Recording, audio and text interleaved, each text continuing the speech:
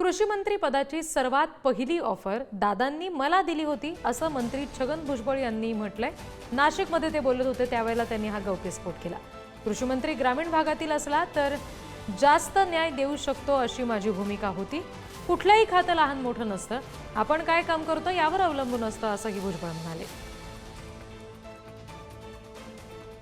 ज्या वेळेला आम्ही ह्या सरकारमध्ये आलो प्रथमतः बीजेपी शिंदे यांच्याबरोबर, त्यावेळेला मला अजितदादांनी सुद्धा जे आहे जी खाती वाटायला आली होती, फायनान्स त्यांच्याकडे घेतल्यानंतर बाकीची खाती माझ्यापुढे ठेवली आणि तुम्हाला पाहिजे ते खातं घ्या।